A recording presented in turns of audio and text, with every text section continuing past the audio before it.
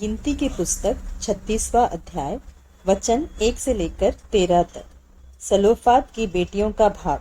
फिर यूसुफियों के कुलों में से गिलाद जो माकीर का पुत्र और मनश्शे का पोता था, उसके वंश के कुल के पितरों के घरानों के मुख्य मुख्य पुरुष मूसा के समीप जाकर उन प्रधानों के सामने, जो इसराइलियों के पितरों के घरानों के मुख्य पुरुष थे, कहने लगे, यहोवा ने हमारे प्रभु को आज्ञा दी थी कि इसराइलियों को चिट्ठी डालकर देश बांट देना।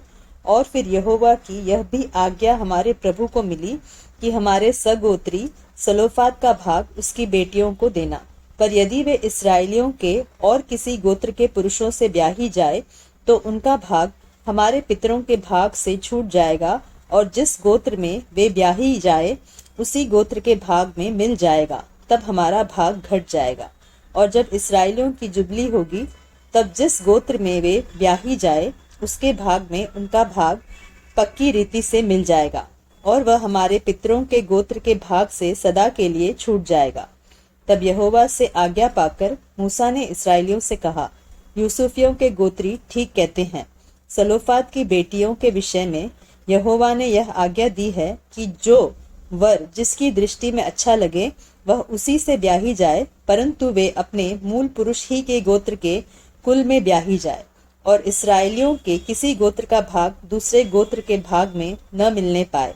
इसराइली अपने अपने मूल पुरुष के गोत्र के भाग पर बने रहे, और इसराइलियों के किसी गोत्र में किसी की बेटी हो जो भाग पाने वाली हो, वह अपने ही मूल पुरुष के गोत्र के किसी पुरुष से ब्याही जाए, इसलिए कि इसराइली अपने अपने मूल पुरुष के भाग के अधिकारी रहे।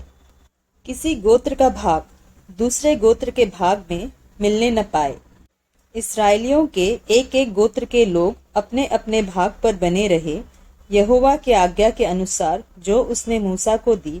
सलोफाद की बेटियों ने किया, अर्थात महला, तिरसा, होगला, मिल्का और नोवा, जो सलोफाद की बेटियां थीं, उन्होंने अपने चचेरे भाइयों से विवाह किया।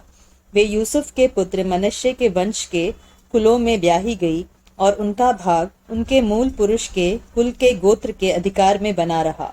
जो आज्ञाएं और नियम यहोवा ने मोआब के अराबा में यरीहो के पास की यरदन नदी के तट पर मूसा के द्वारा इसराइलियों को दिए, वे यही हैं।